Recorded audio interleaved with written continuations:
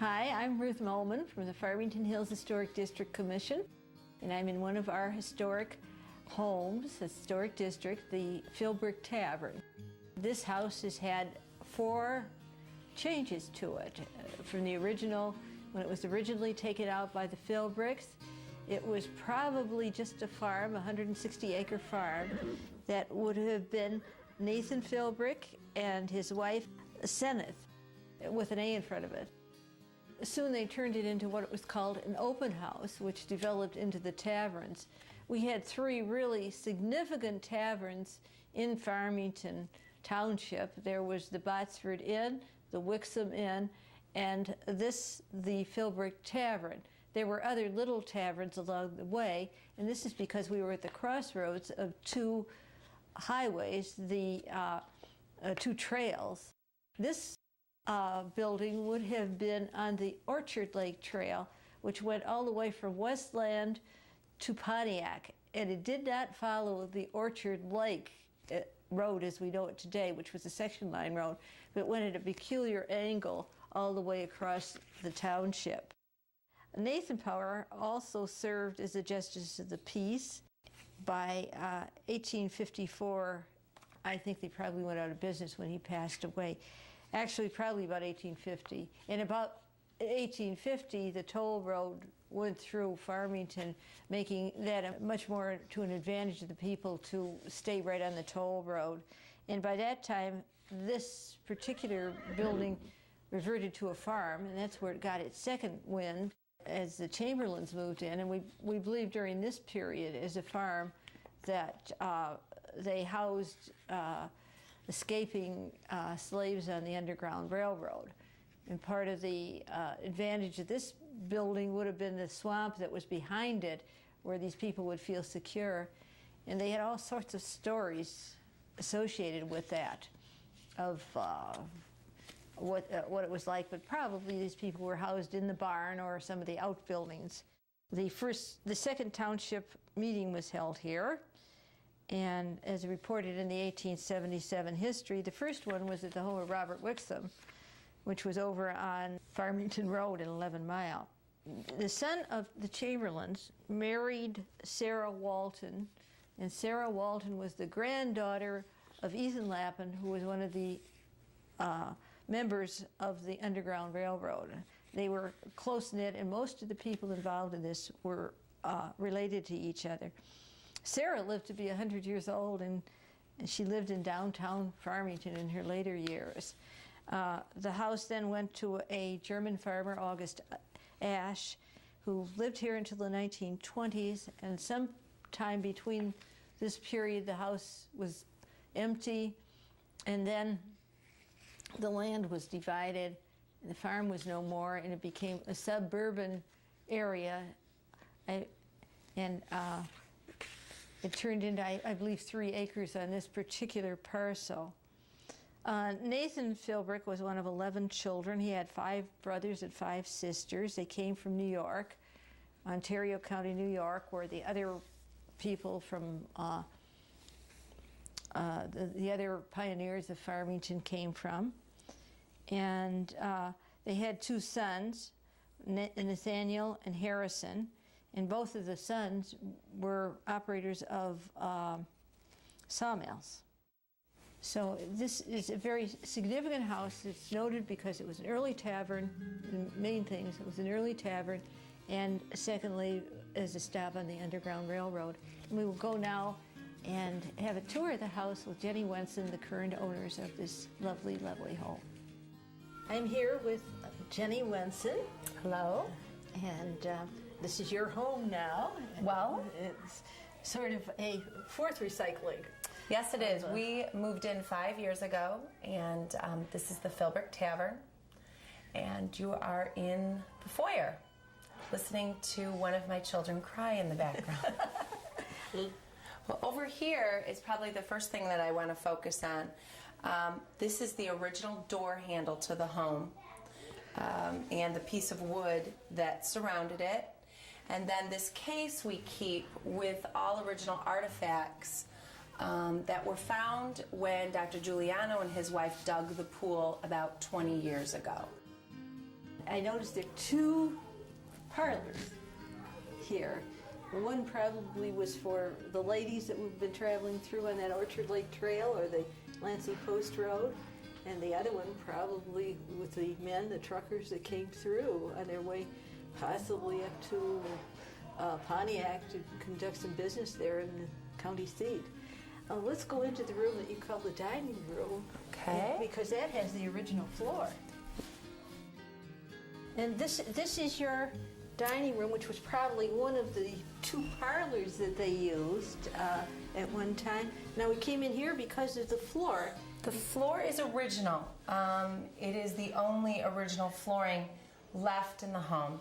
There's no subflooring under it, so if you get down and you look through the cracks, you can actually see the cellar or the basement right through it. There was also, if we go up to our attic, there is a chimney on this side of the house, which leads us to believe that there was once a fireplace in this room. They would have been heated. It might have been a fireplace, might have been a stove of some kind, a Franklin stove. There is a chimney, so one Yes. of those. And I noticed that you have. I asked. You said these are not nails; they're pegs. They're pegs. This is 6-inch pegged wood, which the living room has, which will go in next. The living room has it, but that wood is only about 90 years old. The foyer, we replaced, so they milled it to look like that. But this is actually with wood pegs. There are no nails. And I noticed how thick the wall is here. It's very thick. The way they used to do this must be, would it be about a 12-inch wall here between the two rooms. And there's also odd stepping. A lot of people trip because the way they built it, there is a, 3-inch step up. Yes. So do you want to come into the living room now? Yes. Okay, let's go this way into the living room. This is our living room and was once a second parlor. This floor is about 90 years old. It's not original. The two bookcases that are on this wall had windows behind them. The previous owners covered them up, but originally there were two windows, and the fireplace was said to be slate. And that's about all I know about this room. I wonder if it's more than one room. When I look up and see the Beams? I don't know. And maybe the women slept in here.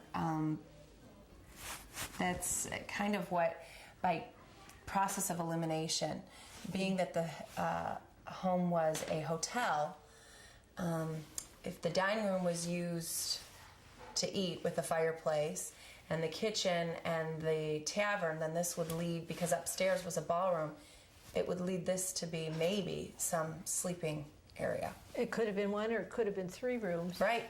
And I noticed how thick these walls are too, the original walls of the original part of the house. Another neat thing is on the wall over there, that was actually an original window that we had an artist paint, but that was an original window that we found in the attic. Wow. And out behind the house was the swampy area, which at one time was an attraction for people that were on the Underground Railroad. They felt very secure if there was a swamp nearby, because that is what made them feel secure, were the swamps.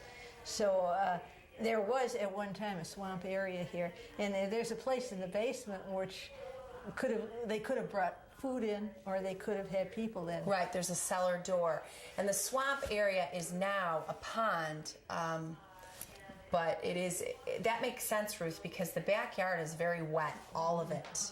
So it would make sense that was once some sort of swamp. When Sarah Walton married into the Chamberlain family, I guess they had been dealing with her grandfather, who was a member of the Underground Railroad, the original 6 in this area. So it does make sense that this house was used. Very often those people would, like when Palmer Sherman wrote about them, he was the man that had what is now the Longacre House, or portions of it. He had a little house there, and eventually he built the Longacre House. We always get it backwards, but when he sheltered people. He sheltered them in the barn, and very often they did that. It's kind of interesting because there was house talk and barn talk, and in the house you behaved yourself near your mother and the other people, and in the barn you could say what you wanted to or use whatever language you wanted to. So it was kind of fun. That of course was the period well after the tavern was closed. After the 1850s, it was closed as a tavern and Became a home. It became a farm. There were 160 acres, I believe. Right. And now there's about 3.5. Which is lovely for your family. Yeah, it's great for our family. Let's look at where the kitchen area was. Okay, let's come this way. Well, Ruth, this is the kitchen, and was always the kitchen. This is always where they cooked food. That is original. That was originally a 360-degree fireplace, so they cooked probably, I'm assuming, right there. Aunt Senneth must have done her cooking and added the little bit of liquor to her food. She was a competition, you know, with Mary Jane Wixom down in the Wixom Tavern to see who could get the best food. And she used to add, apparently the taste of the era was a little bit of liquor to her pies and cakes, and it was a big hit with the local folks. Well, I guess it would make sense because this was a tavern, so being that she cooked at a tavern. Did she cook actually at the tavern? Oh, yeah, the women doing that cooking, it must have been fantastic to work with a fireplace and cook your food and in those days. And you have the original brick. Of course, it looks like this kitchen was updated probably in the 50s or 60s. Dr. Giuliano updated this kitchen prior to us, so we've been here 5 years, and he was here for 30. So, Yeah. it's about 35 years old. And in the room that we're going to go in, you said that's the original bar room. Let me take you into, this is our family room, but it was the original bar or tavern. And if you look up, that is all original barnwood or original hand-hewn beams. If you look up, you can see the original wood, and it leads right over here to the trap door that the ladder was used for. What do you think that was used for back then? Well, they probably went up there to sleep. They had field with 160 acres in the primitive farming methods, and the families that followed, of course, would have had more children than the Philbricks. So they probably slept up there. Okay, makes sense. The accommodations aren't like they are in this day and age, it's for sure. Well, that makes sense as well because it is now a master suite, but Dr. Giuliano, when he bought the home, said that it was just a slanted roof of crawl space barracks. So it would make sense that they would have taken the ladder up. It's marvelous in here. You could see the hand-hewn beams. All the hand-hewn beams. And what's interesting is no matter how many times I've scrubbed it, if you stick your nose to it, you can still smell the tobacco from the tavern. Oh, it's kind of interesting. Well, probably the farmers smoke too. Oh, yes. And notice how heavy the boards are that make the ceiling. They're very thick. They're really very heavy boards, which are typical. You can imagine the trees that those boards came from. Or the people carrying them, how heavy they must have been. They were very strong. And they very often used the lumber that was right on the land. Okay. They had those marvelous, marvelous oak trees in Oakland County.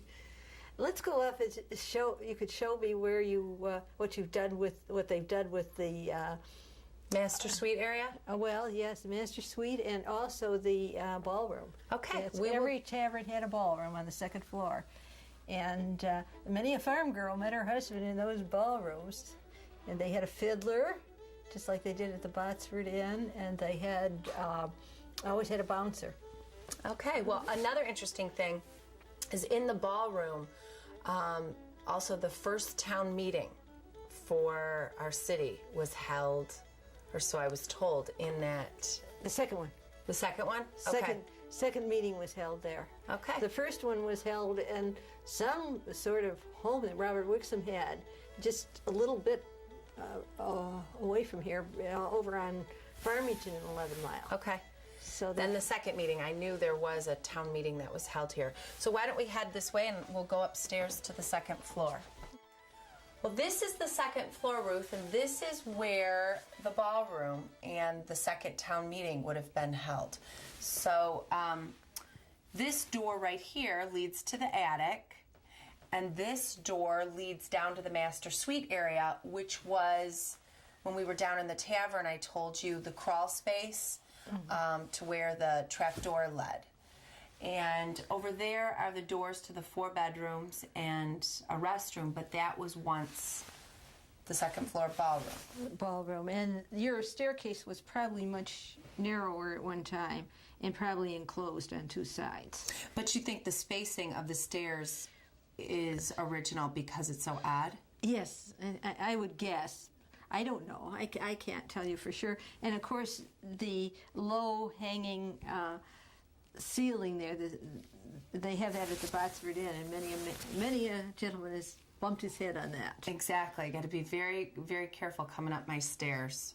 Yes, this is just beautiful the way you've decorated it and adapted it. It's gorgeous. Well, this piece right here is a little bit of history. We found that in the Ann Arbor Art Fair. The legs to it are actually from a 100-year-old staircase. Wow.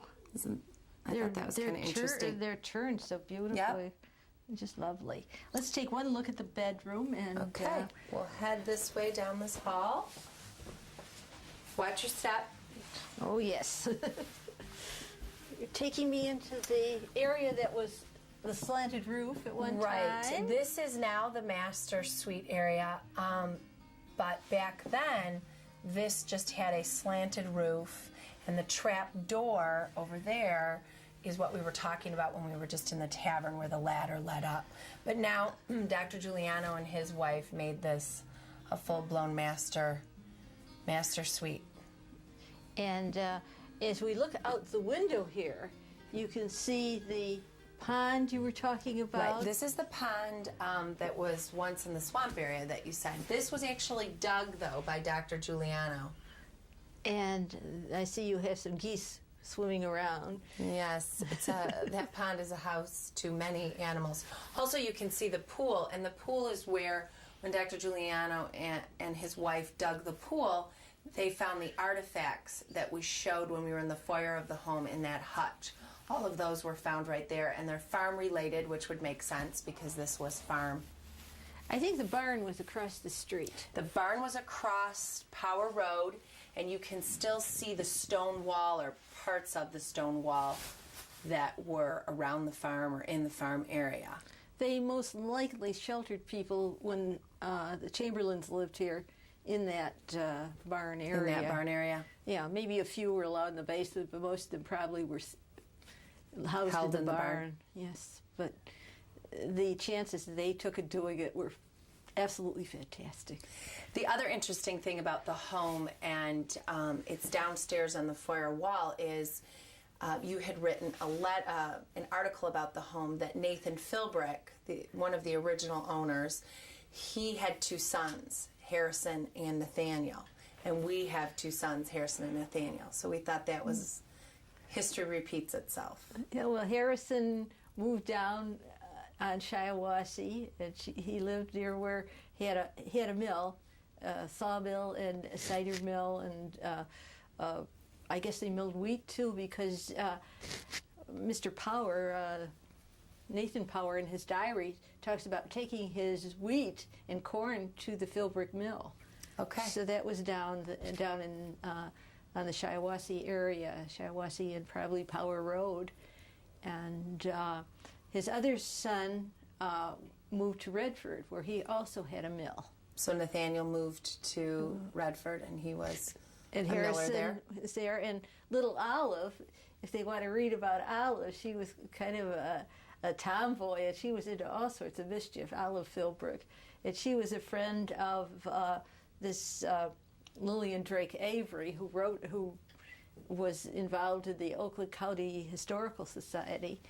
And they have the book, the watercolors of Lillian Drake Avery that Mrs. Fox wrote and put together. She took the original manuscript that Lillian Drake Avery wrote about what her girlhood home was like, And she talks about Olive and all the mischief that she got into.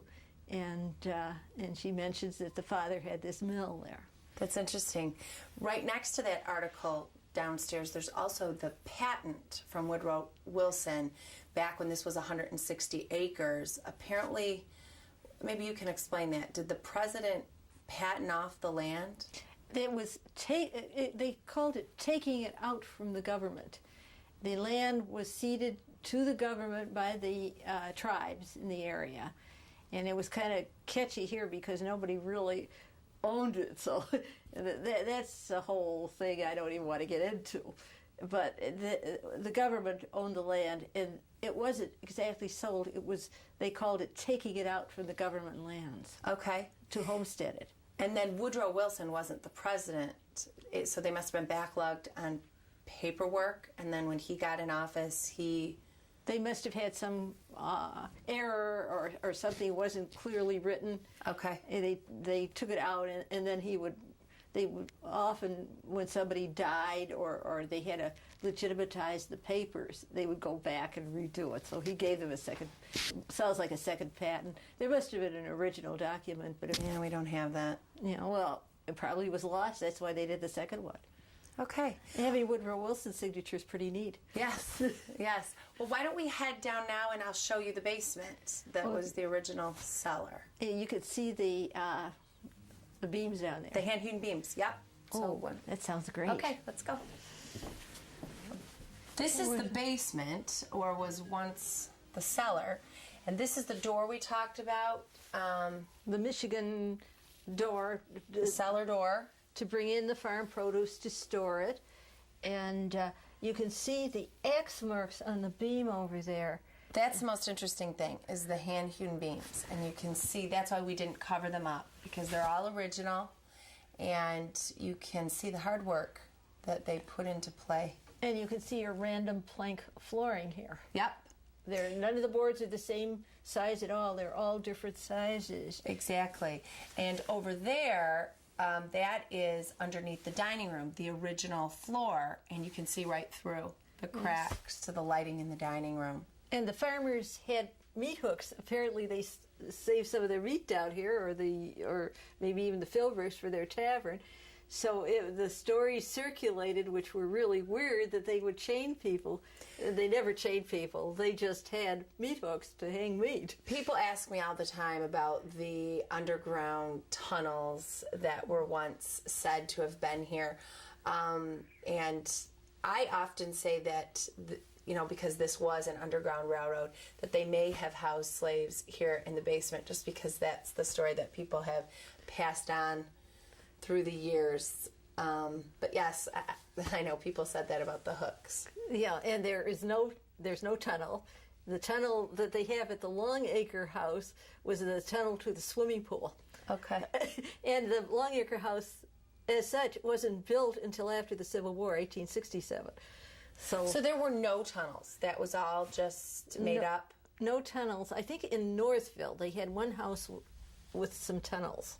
Okay. That was in downtown. They used the tunnels that were there. But the tunnels were for another purpose. They just happened to use it for that. Okay. And here in Farmington, they didn't have tunnels.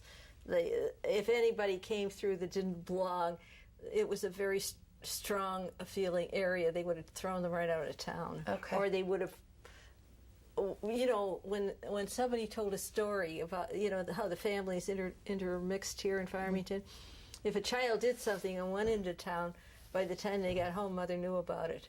Okay. So the same sort of thing must have worked at that period. The other interesting thing about, and you can't see it, is behind these walls, this was stone. The base of the home was stones that they had built. Can you see it outside? You can see it outside when you're doing the front of the house near the porch. You can see some of that. You can also see the stone going down the attic steps to get, or not the attic, I'm sorry, to get to the cellar door. You can see the stonework all the way down to the cellar door. Yes, it was glacier cut in this area, so there were a lot of wonderful stones. Yeah, it's quite beautiful out there, so we'll have to check that out when you're outside. Well, why don't we head out? You've got your patent with Woodrow Wilson's signature on it, which must have been a second Patton. Right, Must it's have had right the there. First one. And that's the article that you wrote on the home. Which is fun because every time I write an article, I have to research it all over again and find out new things. And here you have something that's just lovely. We found this in the Ann Arbor Art Fair. This door is actually from an old home in Chicago, and it's filled with dried flowers from all over the world. So we like to hang that there because it's old and it's cool. And it's from the right period, and you notice the Cool lock. Yes, it's very nice. And thank you so much You're for sharing your welcome. home. Thank you for coming. You've been very generous with this home, Thank you. and we've enjoyed being here. Have a good day. Thank you.